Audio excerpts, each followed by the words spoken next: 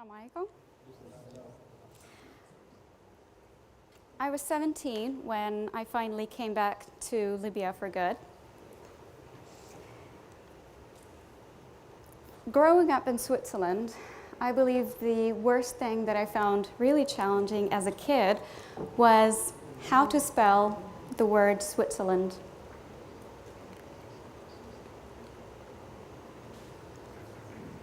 Even now, decades later, as an assistant lecturer, I still despise writing that word.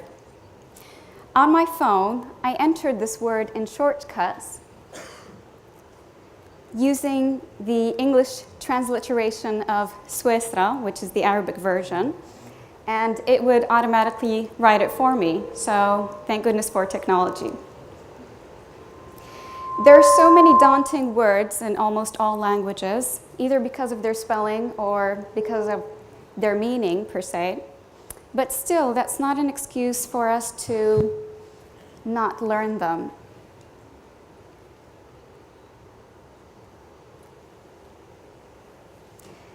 Life is a school, they say, and there are various elements that contribute to the formation of knowledge. Early on in life, we learn initially from our parents, but for certain mundane reasons, they just can't give it all. And that's perhaps why we need to go to school, in order to learn from other individuals who specialize in this field or that. Therefore, our language skills are established, and by means of absorbing the words that float out of course materials and the mouths of our teachers. With words we speak, and through speaking we express ourselves and communicate with each other. But not all of us are gifted speakers. I, for one, am not an outspoken person, especially when it comes to expressing my inner thoughts and true emotions. As a child, I was a very shy person, especially with strangers, and no sooner I found comfort in writing. In junior high school, I wrote a short composition about my childhood, and at the end of that day, I discovered that my teacher actually read that piece to almost half the school. He later on told me that my career would definitely have something to do with writing, and even at that time, I had a pretty good feeling that it would. In high school is when I actually started to read full-length novels. My first classic novel was written by Louisa May Alcott, Little Women, followed by contemporary works, namely Mills and Boon's. When I was 14, I was obsessed by comic books, like almost any other teenager. I used to read for Nabil Farouk. He is the writer of Adam Sabri, the man of the impossible. I also used to read the Archie's comics. I was inspired by the character of Betty Cooper to write diary entries, and I still do so till now. When I started college, I discovered that there was a sort of lacking in my writing techniques. Namely in organization, sentence structure, and also focus. Now, at that point, I thought I had been an avid reader, and that shouldn't be a problem for me. But that actually urged me to change my approach towards reading. I started reading as a student, which means not just reading for pleasure, but also learning the tricks of the trade from the masters.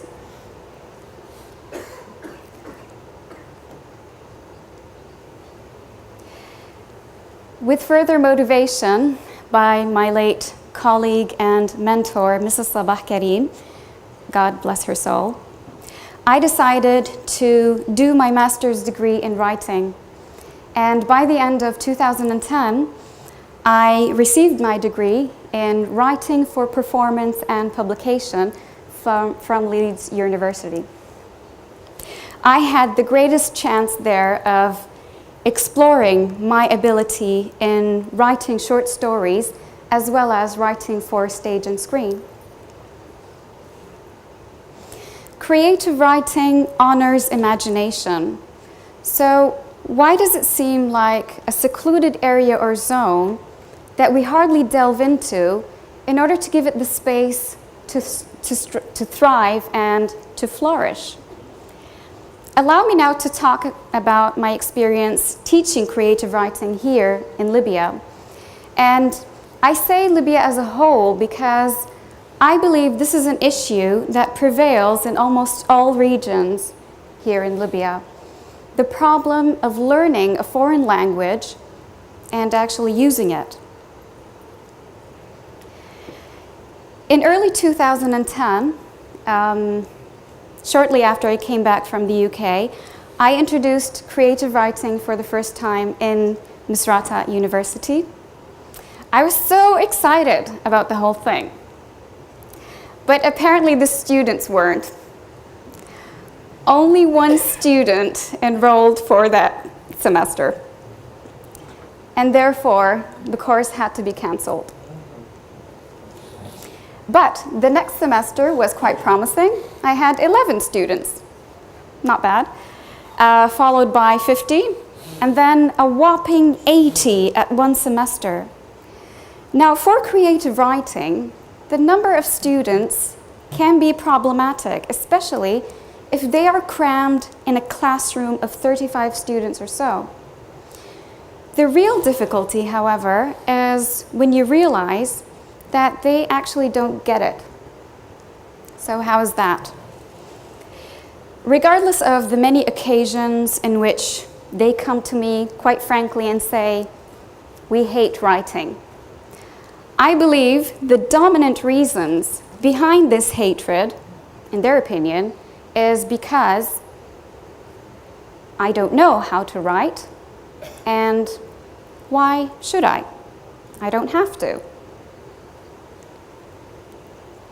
So, how do I write versus why should I write? Now, with regards to the first question, I will not touch upon illiteracy because definitely anybody who has been through a considerable amount of schooling would definitely know how to put pen to paper. With creative writing, I am dealing with writing short stories. And for that, you will need to come up with ideas. Normally, ideas come from inspiration. And the thing that seems to hinder my students is limited muse. They have confined or limited themselves into a very a limited, basically, range of topics and themes, let alone a list of inadequate words to choose from. Now, personally, I'm not very talented in creating or conducting surveys, but according to my experience teaching creative writing for 3 years, I believe the dominant topics and themes that I have come across are as follows. So we have 5 columns. We'll start with poverty. Poverty as a means to actually lead the main character to take up jobs that are quite demeaning. For example, he has to cook in a kitchen, or he has to be a house cleaner, or maybe he becomes a thug. The second one, which is quite popular by the girls, by the way, marriage. The main character has to leave the one she loves in order to, marry someone else who is either richer or has some kind of higher influence in society. Cancer seems to be the winning ailment whenever there is a chance for them to talk about someone who gets ill and later on dies. So this is the easiest way this is the easiest route towards death. And then car accident. This is quite surprising to me because every time they want to kill the parents, they have them killed in a car accident. Social disputes are namely inheritance, the ever-evil uncle, and the love triangles that happen at school. Now, some of you might think that this is actually fine given the student's background. It actually is fine because people tend to write about things that they know truly well. But the problem is when they write about things or stories they believe is what other people expect from them. This is where the limitation lies. Now imagine, if we go back to this box, imagine this is the structure of our culture. These 5 columns. Incredibly limited, and at the same time it really gets tiring when you're subject to it every semester. There was this one semester when I actually firmly announced to my students, please don't kill the parents in a car accident.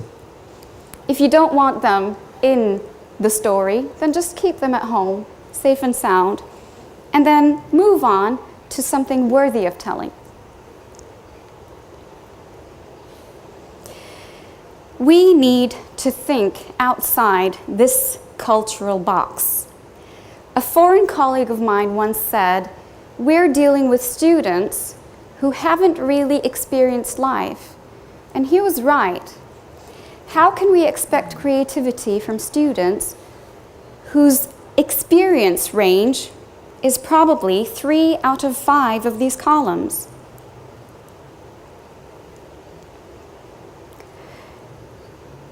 That is when we need to put a book in one's hand.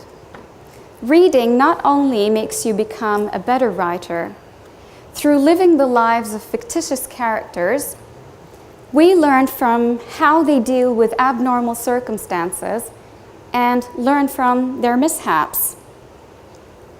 We also delve into the various cultures of life, of the world, and there's our free ticket. We have successfully broadened our minds, and we're practically ready for the extraordinary.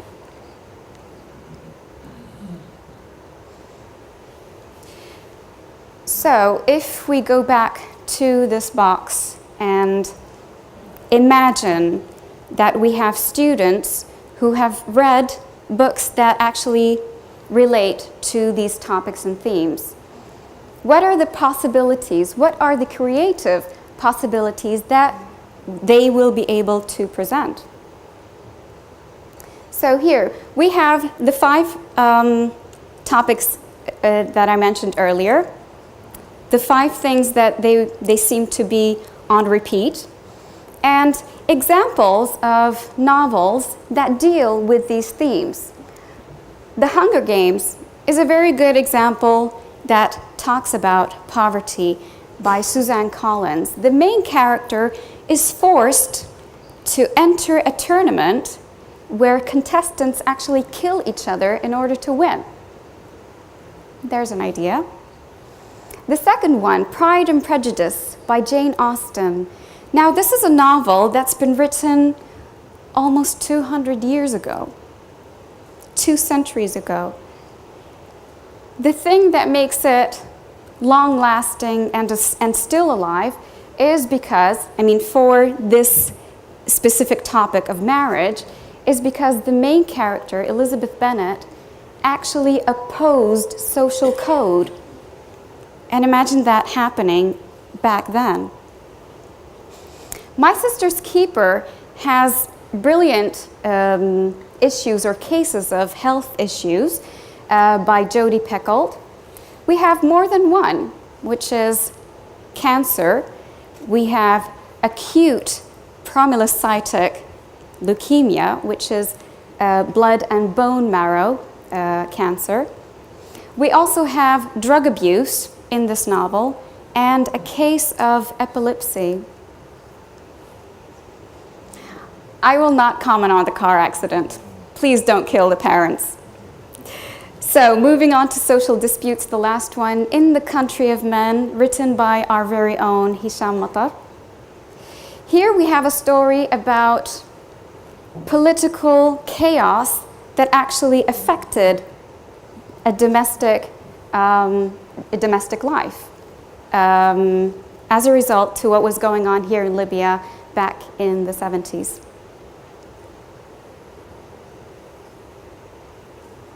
So, before I move on, I'd like to quickly acknowledge some of the previous works of my students who have been able to come up with extremely creative stories. One student wrote a story about an American who converted to Islam after living among a group of Tuaregs here in Libya.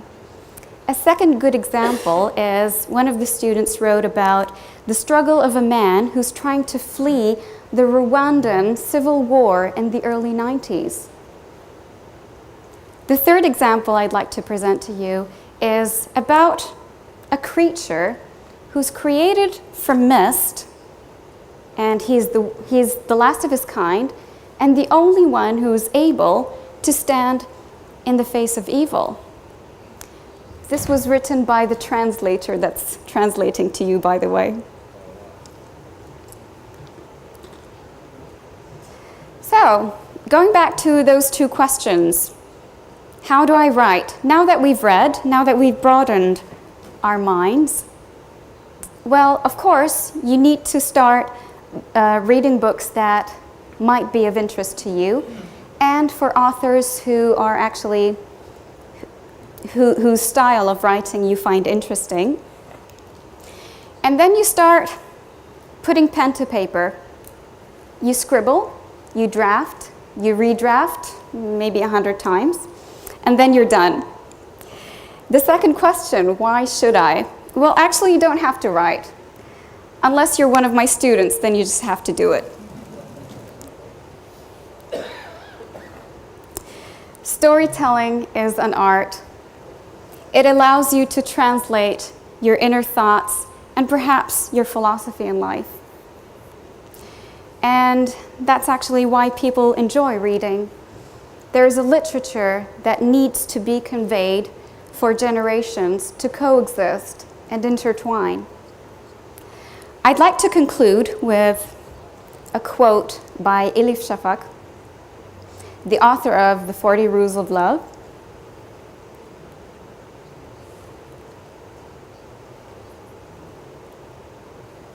Okay.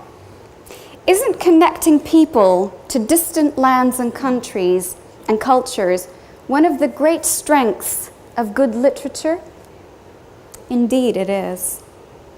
So let's start thinking outside that box. Thank you.